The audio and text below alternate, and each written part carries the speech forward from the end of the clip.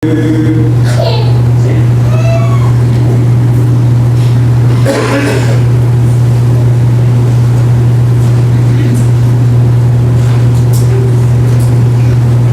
evening, everybody. Thank you for coming back. That's always encouraging. You speak once, people give you a chance, and then you wonder, well, will they come back? My first sermon. I'm probably 15 years of age in 7th Avenue congregation in Mutare, Zimbabwe. It was actually in Rhodesia back in those days. You know how it is. You get 3 young men and they're all going to give like a 8-minute sermon each. And they might make up, the evening service. Maybe some of you men have been there, right? And so I remember very well that evening I laid my notes down right here and I opened my Bible and I started to talk. Well, in Zimbabwe, we don't have air conditioning, so we had windows open all the way around to get a breeze, and there were windows opposite where I was. So midway through my sermon, as I'm talking, all of a sudden wind comes in and takes my notes, and they go off the stage, and this is one of those stages with like fake flowers, right? And it ducked underneath the front pew. And I'm here to tell you, not a single church member reached out there to grab my notes and give them back to me. So I had to go all the way along the side, down to the stairs, and all the way across, grab my notes, get all the way across and back up, and continue with my lesson. And I remember saying to myself afterwards, that's it. I will never preach again. Never, ever, ever. Maybe I'll lead singing, I can do that, but I will never, ever preach again. Well, you see what I'm doing right now, right? So something happened. I'd like to ask a question about leaders. When you think about a leader, is a teacher of a 3rd grade Bible class a leader? Yeah. Is a grandparent who brings his grandchildren to church a leader? Yeah. He's a college student who comes home to, the local church, and there's maybe some little fellows or little girls that like that college student and sit like Velcro, next to that young person. Is that young college student a leader? Sure, he or she is. Can we define a leader as anybody who has an influence on others? Would that be a good way to start out? If we can, then, there is a sense in which we're all leaders, every one of us, and bear a responsibility to the Lord. Leadership does not happen by accident. It must be developed. I don't know if any of you are basketball fans. You might know the name of Mike Krzyzewski. He's the great Duke coach, right? And so he's always said that he will not coach jerks. If he'll have less athletic men on his squad if they obey him and run the plays that he calls. But if it's a really athletic kid who's a jerk about it all, he says, you can go to another college, right? And I think about this and I say, in the church, when we lead, you see, we need to be conscious of the process of growing. Don't forget the divine factor, though. When it comes to leading in the church, we were talking, a couple of us, about this over the dinner. There is another factor, and it seems to me we need to remind ourselves we do our best as a congregation. We have Christian colleges and schools of preaching. We have other ways of developing leaders. But folks, God is in this process too. And we need to appreciate that that's so. Now, what I'm going to do this evening is talk about 3 biblical leaders. Moses, the Apostle Paul, and Peter, and ask questions as to how they became the leaders that they did. Now, let's start with Moses for just a couple of moments. Now, you remember in Exodus chapter 2 that Moses meets the Lord at the burning bush, if you recall. And so that's one of those interesting moments. But go back to Exodus 2, verse 11. Exodus 2, verses 11 through 14. One day when Moses had grown up, he went out to his people and looked on their burdens, and saw an Egyptian beating a Hebrew, one of his people. He looked this way and that, and seeing no one, he struck down the Egyptian and hid him in the sand. When he went out the next day, behold, 2 Hebrews were struggling together, and he said to the man who was in the wrong, why do you strike your companion? And he answered, who made you prince and judge over us? Do you mean to kill me as you killed the Egyptian?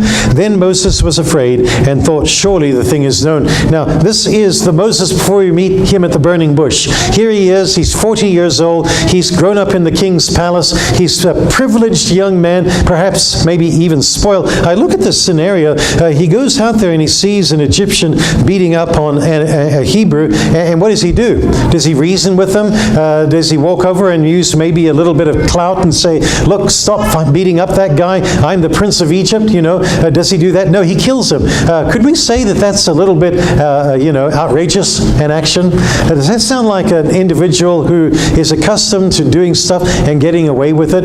Moses is NRTL. NRTL, not ready to lead.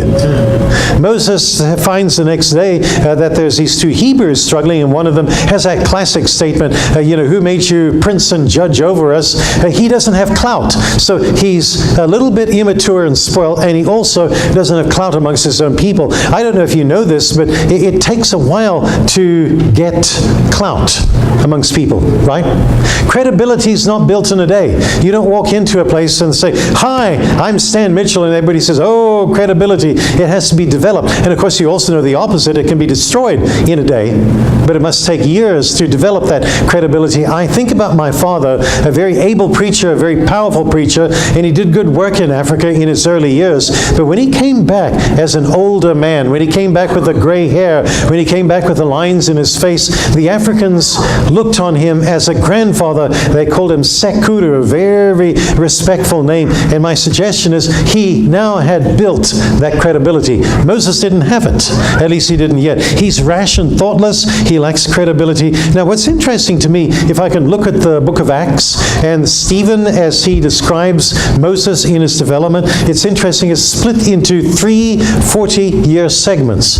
Please note this, Acts 7:22 and 23. And Moses was instructed in all the wisdom of the Egyptians and was mighty in all his words and deeds. When he was 40 years old, it came to his heart to visit his brothers, the children of Israel. Now, notice, he's 40 years old when all this story begins. 40 may seem like old to some of us, but my suggestion is that's the first third of his life. 40 years. Where is he? He's in the king's palace. What's happening to him in the king's palace? I notice it says that he was instructed in all the wisdom of the Egyptians, and he was mighty in all his words and deeds. He's being trained for leadership. He's been trained to lead in Egypt. I don't think he will be the next Pharaoh, but he'll certainly be one of Pharaoh's brothers and one of the individuals who, what would he be trained to? To fight wars and to do law and to, lead a nation and plan for the future and all of that. Isn't it interesting that God took the trouble to develop this man to lead a nation? And he did lead a nation. Not the Egyptians. Another one. So he's 40 years old now. Acts 7 and verse 30, Stephen telling the story says, now when 40 years had passed, an angel appeared to him in the wilderness of Mount Sinai, in the flames of a fire in a bush. Notice that he's now 80 years old. What has he been doing for 40 years? 40 years in the king's palace, and then 40 years in the wilderness. Had you ever thought of the fact that he was 40 years in a wilderness through which he would lead the Israelites later on? That cannot be an accident. The Lord, I don't know about you guys, how are you able to survive in a desert?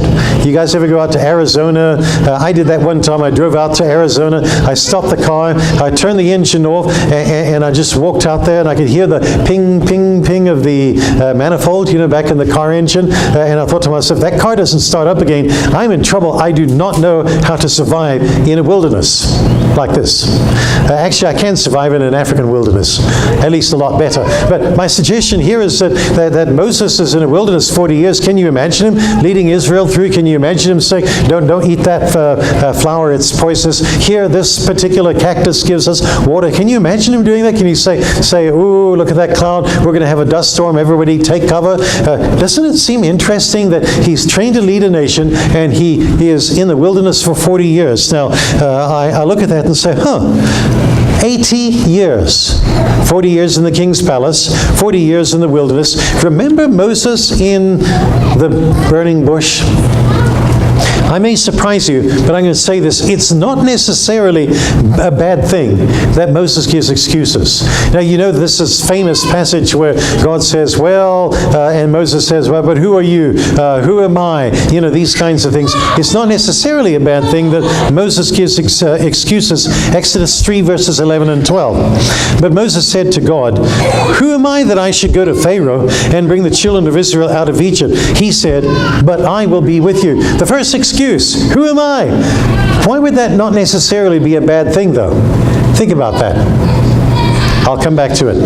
Exodus 3, verses 13 and 14, Moses says, who are you? Who am I? And then, who are you? Then Moses said to God, if I come to the people of Israel and say to them, the God of our fathers sent me to you, and they ask me, what is my name? What shall I say to them? God said to Moses, I am that I am. And he said, say this to the people of Israel, I am has sent me to you. Notice again that he says, who are you? And the Lord has a response to this.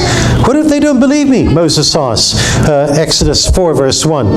Then Moses answered, but behold, they will not believe me or listen to me for my voice, for they will say, the Lord did not appear to you. Remember, God said, okay, I'll give you the ability to turn your staff into a snake and to make your hand leprous and then not leprous. Remember that? God gave him those signs. And then, of course, Moses says, well, I'm not eloquent. This is Exodus 4 and verse 10. But Moses said to the Lord, oh, my Lord, I am not eloquent either in the past or since you have spoken to your servant, but I am slow of speech and tongue. And the Lord reminds him, who made your tongue? And I'll bring Aaron, and he's pretty glib and all this kind of thing. And I'd like to suggest that it's interesting that Moses says every time, have you followed this? I'm not adequate. I don't have all the tools to do the job. And it's interesting that Moses says, that's okay. I'll supply this tool. I'll supply that tool. I'll help you out with all of these inadequacies that you have. Is it fair to say that every Christian leader ever has been inadequate to the task until God came through to help him? Has there ever been an elder who said, I know everything there is to be an elder? Has there ever been a Bible class teacher who said, I know everything about the Bible, boy, I am so ready? Has there ever been? No.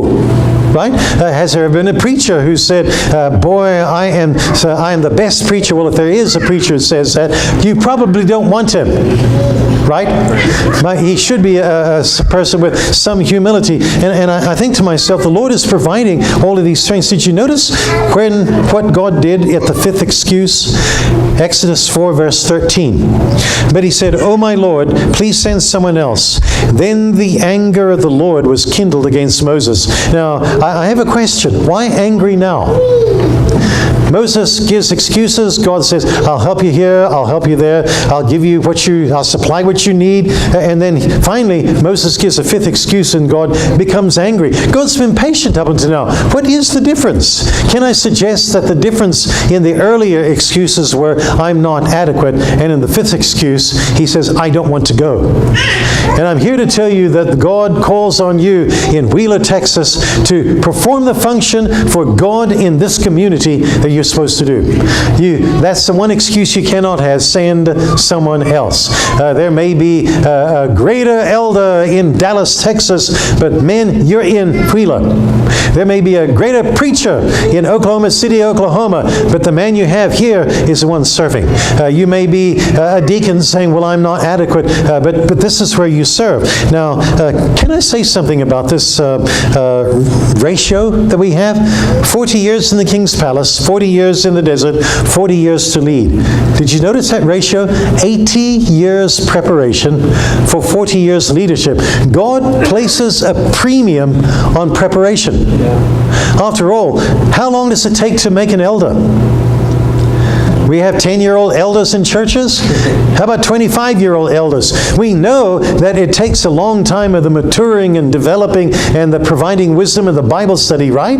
We know that it takes time. And I'm looking at this and saying, God thinks preparation is important. He thinks this job is so important that preparation is necessary. When I go into a doctor's office and he says, oh, your heart is not strong, I'll do some heart surgery, I'm going to say to him, sir, if you're going to crack open my chest and dig into my heart, you'd better be qualified. You better be prepared. You know how we prepare in the church? Let me tell you how it's done. Wednesday night church. You walk into the church building and you hear this almighty ruckus down the hallway. And you walk down there to where the junior high kids are. And you look in and here they are, murder and mayhem. And you say, kids? No teacher tonight? And they say, no teacher. And you go, oh, okay. So you walk back to the auditorium and you survey the auditorium and you spot a fellow. He's about 29 years old and he's kind of broad-shouldered and strong. And you say, huh. And you walk across to him and you tap him on the shoulder and you say, hey, Bob. And then you tell a Christian lie. Here's the lie. Just for tonight. That was the lie. Just for tonight, could you handle the junior hires? And so Bob heads into the junior high Bible class. Now, you know the difference between a terrorist and a junior hire, right? You can negotiate with a terrorist. And so there Bob is. Somehow he survives the junior high kids. And he says, hey, I'll teach them next week. And I'm saying to myself, well, okay, I'm glad for Bob and his good attitude. But guys, we really need to develop people a lot more than that. To tap him on the shoulder and have him do that. So I look at this and say, we can learn some things from Moses. Now, Paul, the Apostle Paul. Now, I know we like to say God can use people who were ordinary people, blue-collar workers, fishermen, and a shepherd, and all this kind of thing. And it's true. God can use all kinds of people. He uses unexpected people. But I want to talk about Paul and his extraordinary skills for a moment. In Acts chapter 9 and verse 15, this is the Lord speaking to Ananias, the rather reluctant evangelist, if you recall. And this is what we read. But the Lord said to him, go, for he is a chosen instrument of mine to carry my name before the Gentiles and kings and the children of Israel. A chosen instrument. Think about that term for a second. What is an instrument? Now, in Zimbabwe, we have this line about, we would call it a Zimbabwe screwdriver. It's a hammer. Right? And you say, why do they call a hammer a Zimbabwe screwdriver? And the answer is, if you don't have much money and you have only enough money for one tool, you buy a hammer and it does everything. Right? And I look at this and say, a hammer is not an instrument. It's a tool. Whack! Right? Or rip! Now, an instrument tells me something like a fine-tuned tool, one that's specially designed for a particular job. The Lord says that he is a chosen instrument. There's three ways in which Paul is the perfect man for the job that God had in mind. Number one, he's highly trained. In Galatians 1 and verse 14, Paul reflects on himself. He says, I was advancing in Judaism beyond many of my own age among the people. So extremely zealous was I for the tradition of our fathers. He was a prodigy. Paul was driven and hardworking and way ahead of the people of his own age. Why do you suppose God chose him? Now, I know that God chooses fishermen and other kinds of people too, but he chose Paul. Now, Acts 22 and verse 3, Paul says, I'm a Jew, born in Tarsus in Cilicia, but brought up in this city, educated at the feet of Gamaliel, according to the strict manner of the law of our fathers, being zealous for God, as all of you are to this day. Please note he says, I was born in Tarsus, but I was brought up in Jerusalem under the feet of Gamaliel. You already know that to say I was trained by Gamaliel was sort of like saying I was trained at Harvard or Yale or something like that, right? It would be the finest teacher of the day in Judaism, learning the Old Testament scriptures by the greatest teacher of generations. Paul was that man. He was highly trained. He was a prodigy. He was probably going to go far in Judaism until, of course, that change, that conversion that occurred later on. Now, notice secondly, he's bicultural. I think that's interesting. Did you notice Acts 21, verse 37? If you would, find that passage, please. Acts 21, verse 37.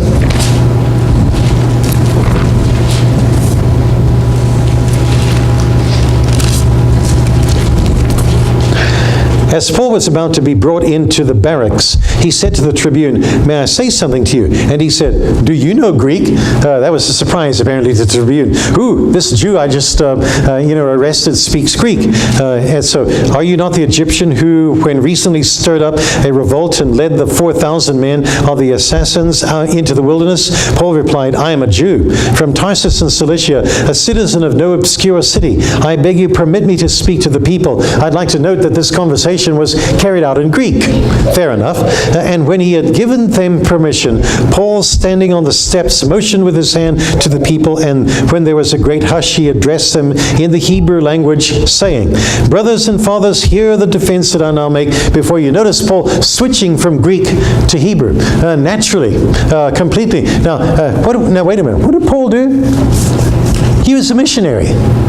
Yes, a missionary going to other cultures. And so here is a man able to speak in his own language of Hebrew and also in the Greek language. He was the perfect guy. Ndinogona kutaura chivanu chakanaka. I can speak the local language in Zimbabwe. Now, I'm certainly not Paul, but what I'm trying to suggest to all of you guys is that for a missionary to speak the language of that nation would be a very good skill. Notice, Paul was a prodigy amongst Jews with the finest training of his day, and secondly, he could switch. I don't know, can you imagine him going to Oklahoma and saying, "How about them Sooners?" And then going to to Tennessee and saying, "How about them Volunteers?" Well, they kind of got beat up last week, didn't they? If any of you followed that. But my suggestion is he's able to switch from one culture to the other pretty easily. Now, the third thing that made Paul the perfect instrument for the job is he was a man of utter integrity. Please note Acts 23 and verse 1. I know we sometimes get a different point from this, and it's a good point, but notice this.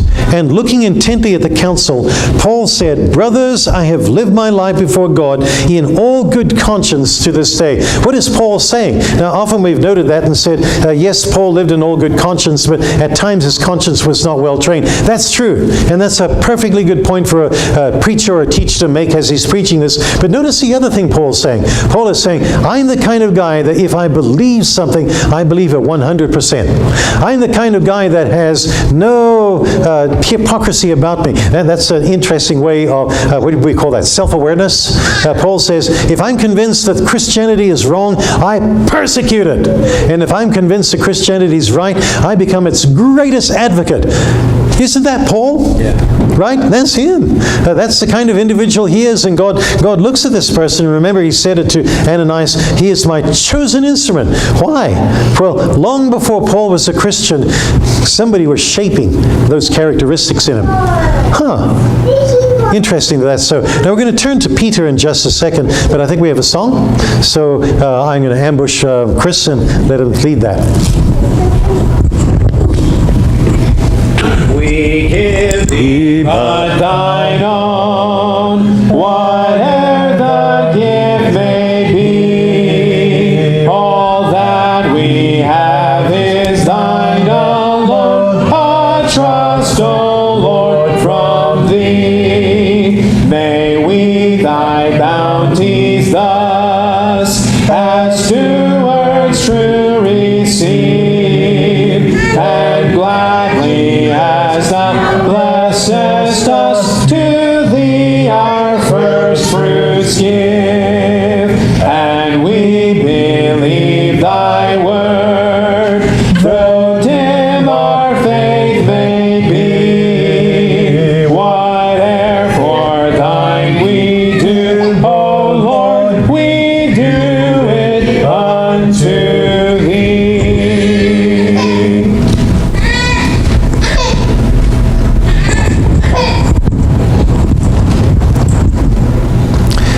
I don't know if you related to Paul that much or not. I did not go to Harvard, or did I say Yale? Anyway, whichever one of those colleges. So maybe I wasn't an Apostle Paul in the making, but Peter is a guy that a lot of us can relate to, right? And you might say to yourself, Peter was not an obvious person to become a leader. he stumbled a lot. Does anybody relate to the dumb things Peter says at times? I think about the first encounter between Jesus and Peter out of John 1, verses 40 to 42. John 1, verse 40. One of those who heard Peter speak and followed Jesus was Andrew, Simon Peter's brother. He first found one of those who heard John speak and followed Jesus was Andrew, Simon Peter's brother. He first found his own brother Simon and said to him, "We have found the Messiah," which means the Christ. He brought him to Jesus. Jesus looked at him. Can I pause there for a second? Jesus looked at him. What kind of a look was that? Was it an intent look?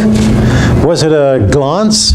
Was it a look into Peter's soul kind of look? Jesus looked at him. Isn't it interesting that the Bible tells us what Jesus did? He looked at him. That must have some significance. He looked at him and said, "You are Simon, son of John. You shall be called Cephas," which means Peter. You know what's going on there.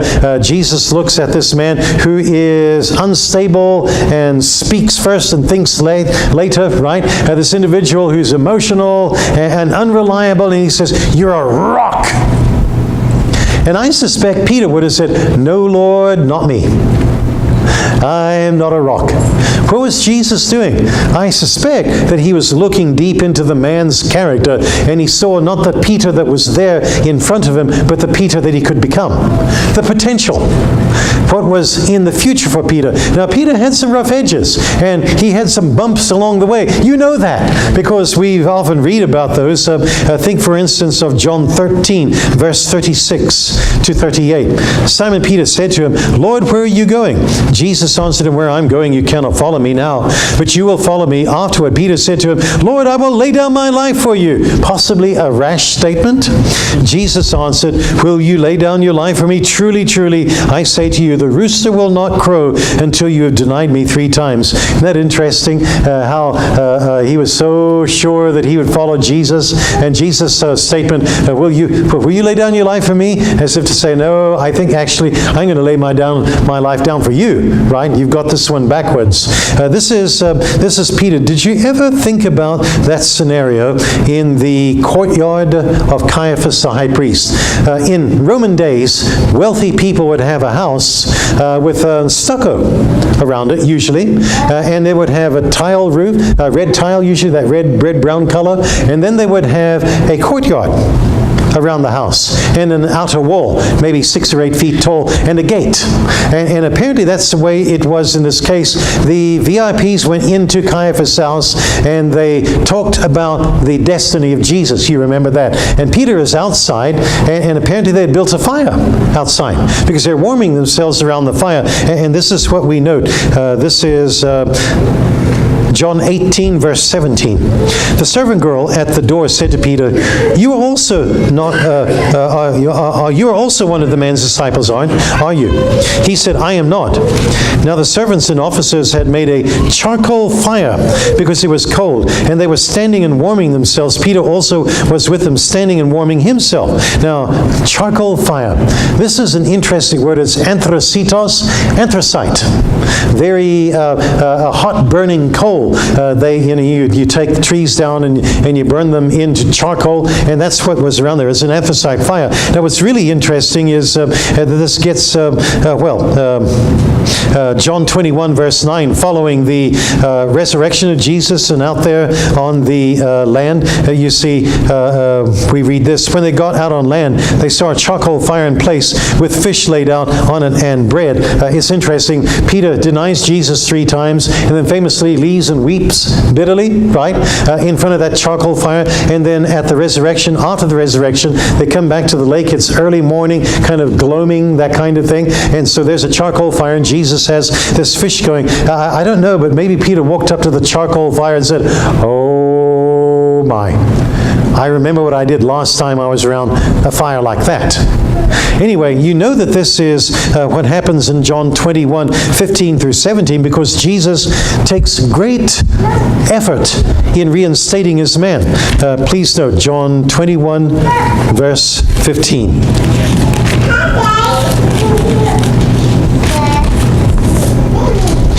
When they had finished breakfast, Jesus said to Simon Peter, "Simon, son of John, do you love me more than these?" And he said to him, "Yes, Lord, you know that I love you." He said to him, "Feed my lambs." He said to him a second time, "Simon, son of John, do you love me?" He said to him, "Yes, Lord, you know that I love you." He said to him, "Tend my sheep." He said to him the third time, "Simon, son of John, do you love me?" Peter was grieved because he said to him the third time, "Do you love me?" And he said to him, "Lord, you know everything. You know that I love you." Jesus said to him, "Feed my sheep." Now, what are we to learn from this passage? The first thing, the most obvious thing is Jesus is throwing that net out and pulling his man back in. Jesus is trying to reinstate him. And I said that earlier on today when I suggested the leader does not exist who hasn't made a mistake. Peter will become a leader, but he also made mistakes. We know this, right? So what he's trying to draw him in. Who are the audiences? Well, we're an audience. I think the Bible wanted us to know that sometimes leaders make mistakes, but we can develop them and strengthen them. The second audience, who would that be? It would be the other apostles. Now, I do want to note the hypocrisy of apostles sometimes. Peter, you denied Jesus 3 times, as if they hadn't bolted and left themselves, right? We kind of messed up too. But notice that it appears he's doing this in front of the other apostles in order to say, I'm reinstating him. Of course, the third audience is Peter. Peter feels inadequate. Peter feels like he messed up. Peter's not sure that he's welcome back, right? Had you guys ever given thought to the way that we reinstate leaders into the service of the Lord?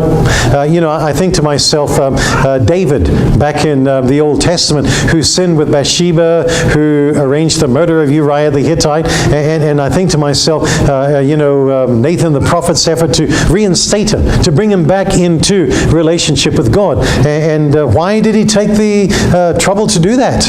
Because it's important to reinstate people. Now, it cannot be an accident that he is made to say 3 times, "You know that I love you." 3 times. How many times had he denied Jesus? 3. How many times does he now say, "I love you"? 3. That cannot be an accident either, right? Now, maybe we can add some other things to that particular story, but clearly Jesus is taking a great deal of effort to bring his man back. And it seems to me that, that's something we should do too. Did you notice the other thing he did? He gave Peter a job. Feed my lambs, tend my sheep, feed my lambs. You know what we do when somebody comes back to the Lord? We say, "Welcome back, brother or sister. You're on probation." Right? What Jesus said is, "Welcome back. I've got a job for you. Feed my sheep, feed my lambs," right? And I'm suggesting that maybe we should follow the Jesus model of reaffirmation. Now, I said all of this. I'm going to go back to that first story. Remember old Stan Mitchell, age 15 years of age, with this sermon notes down there on the ground, and I pick them up and come back, and I lay them on here, and I finish the sermon, and I say to myself, okay, that's it. No more preaching. Never, ever, ever. I don't care who says anything. And I walk down now. At the end of that worship service, there were 3 little old ladies. Thank God for little old ladies. They came over to me and put their arms around me and said, "Oh, you were so brave. You lost your notes and you got them and you came back up and you finished the sermon. Oh, I could have never done that." And I suppose it's fair to say that my preaching right now is at least partly due to 3 little old ladies in a little congregation in Africa many, many years ago. And I guess I'd like to suggest to all of us that that's kind of how it happens, that leadership develops when we understand how our encouragement develops them. When we understand how our words, positive words, strengthening words, "I believe in you" words, allow somebody to become a leader. I don't care if it's a Bible class teacher or a deacon or an elder or a preacher. They all need that. Maybe more than once in their life. As it turns out, since those 3 little old ladies, I've had other encouraging people in my life. Otherwise, I wouldn't be here. I'm human after all. Nor would you be here. Hey guys, I appreciate you listening to me this evening. What I'd like to do is to remind you that every time a gospel preacher preaches, there is a moment when he says, "Is there a way I can help you change your life?" That's what I'm doing now. We call it an invitation. You can call it whatever you want. Do you need to come back to the Lord to rededicate yourself to Him?